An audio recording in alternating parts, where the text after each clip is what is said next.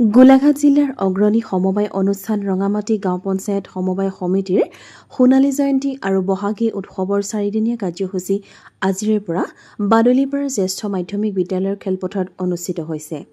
কৃষিমন্ত্ৰী অতুল বৰাই মূল পতাকা উত্তোলন আৰু 50জন জ্যেষ্ঠ ব্যক্তিৰ দ্বাৰা 50খন পতাকা উত্তোলনৰে আৰম্ভ হয় কাৰ্যসূচী। সাহিত্য সংস্কৃতিৰ বিভিন্ন প্ৰতিযোগিতা, সাংস্কৃতিক অনুষ্ঠানেৰে মুখৰিত হৈছে বাদলিপাৰা অঞ্চল। অন্তিম দিনা উলিওৱা হ'ব বৃহৎ শোভাযাত্ৰা।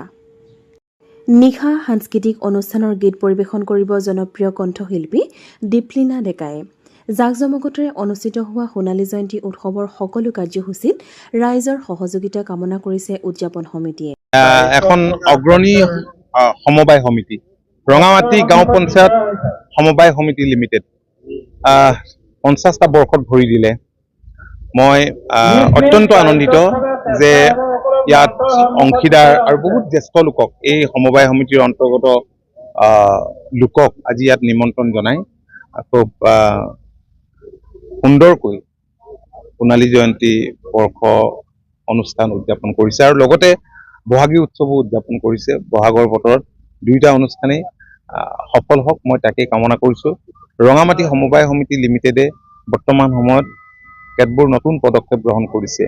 তাত আমাৰ সহযোগিতা আছে আৰু ভৱিষ্যতেও থাকিব আৰু এই সমবায় সমিতিৰ জৰিয়তে এই বৃহৎ অঞ্চলটোৰ ৰাইজ উপকৃত হওক তাকে কামনা কৰিছোঁ আৰু অনুষ্ঠানৰ সফলতা কামনা কৰিছোঁ। আমাৰ 50জন ব্যক্তিৰ দ্বাৰা আৰু আমাৰ অসম চৰকাৰৰ কেবিনেট মন্ত্ৰী শ্ৰীযুত অতুল বৰা ডাঙৰীয়াদেৱে মুখ্য পতাকা উত্তোলন কৰি আমাৰ ৰাইজক উদ্দেশ্যি তেখেতে মন্তব্য ৰাখিলে আৰু বিভিন্ন চৰকাৰী আঁচনিৰ সম্পৰ্কতো তেখেতে অৱগত কৰিছে আৰু আমাৰ সমবায় সমিতিয়ে ইতিমধ্যে বহুতো আঁচনি হাতত লৈ অংশীদাৰসকলক আগবঢ়াই নিম বুলি আমি সংকল্পবদ্ধ।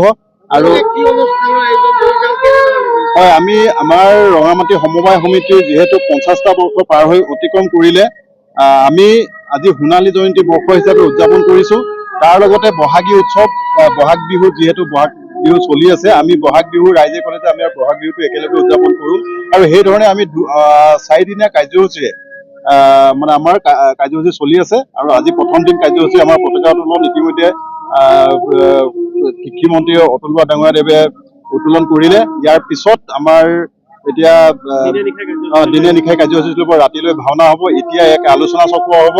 এই আলোচনা চক্ৰত Assam cooperative apex bank, IFFCO আৰু আমাৰ যিহেতু পঞ্জীয়ক অফিচাৰ আহিছে, সমবায় পঞ্জীয়ক অফিচাৰসকল আহিছে, তেখেতসকলৰ দ্বাৰা সমবায় উন্নয়নৰ দিশত আমি ৰাইজক কেনেধৰণে আগুৱাই নিব পাৰি, খেতি বাতিৰ পৰা ধৰি ব্যৱসায় প্ৰতিষ্ঠানটো আমি কেনেধৰণে আগুৱাই নিব পাৰি তাৰ ওপৰতে আমি আজি আলোচনা চক্ৰ। ৰঙামাটি সমবায় সমিতিৰ গৌৰৱোজ্জ্বল 50টি বৰ্ষ ইতিমধ্যে অতিক্ৰম কৰিছে আৰু সেই 50টি বৰ্ষত ইতিমধ্যে সোণালী জয়ন্তী আৰু লগতে বহাগ বিহু যিহেতু বহাগী উৎসৱৰ আমি আয়োজন কৰিছোঁ 4দিনীয়া কাৰ্যসূচী আৰু তাৰে আজি প্ৰথম দিনা ইতিমধ্যে পুৱাই পতাকা উত্তোলনৰ কাৰ্যসূচী ইতিমধ্যে সমাপন হৈছে। এতিয়া এখনি আলোচনা চক্ৰ সমাপন হ'ব আৰু অহা কালিলৈ পৰা বহাগ বিহুৰ লগত সংগতি ৰাখি বিভিন্ন ধৰণৰ সদৌ অসম ভিত্তিক প্ৰতিযোগিতা আমি ৰাখিছোঁ।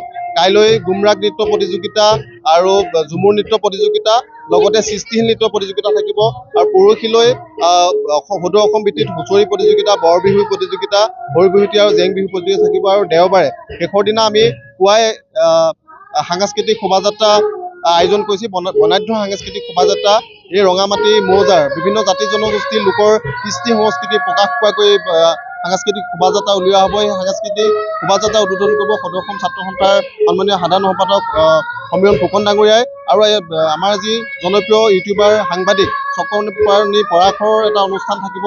তাৰ পিছলৈ মুকলি সভা আছে। মুকলি সভাত বিভিন্ন দল সংগঠনৰ লগতে বিভিন্ন ৰাইজ আচলতে উপস্থিত থাকিব আৰু ৰাতিলৈ অসমৰ জনপ্ৰিয় কণ্ঠশিল্পী দীপলিনা ডেকাই সংগীত পৰিৱেশন কৰিব আৰু আপোনালোকৰ মাধ্যমৰ যোগেদি সমগ্ৰ ৰঙামাটি মৌজাৰ ৰাইজক তথা গোলাঘাট জিলাৰ ৰাইজক আমি অনুষ্ঠানটোলৈ আমন্ত্ৰণ জনাইছোঁ। তেওঁলোকৰ দিহা পৰামৰ্শ আৰু সহযোগিতা আমি কামনা কৰিছোঁ। ভাস্কৰ ৰাজগুৰুৰ ৰিপৰ্ট, দৃষ্টিকোণ।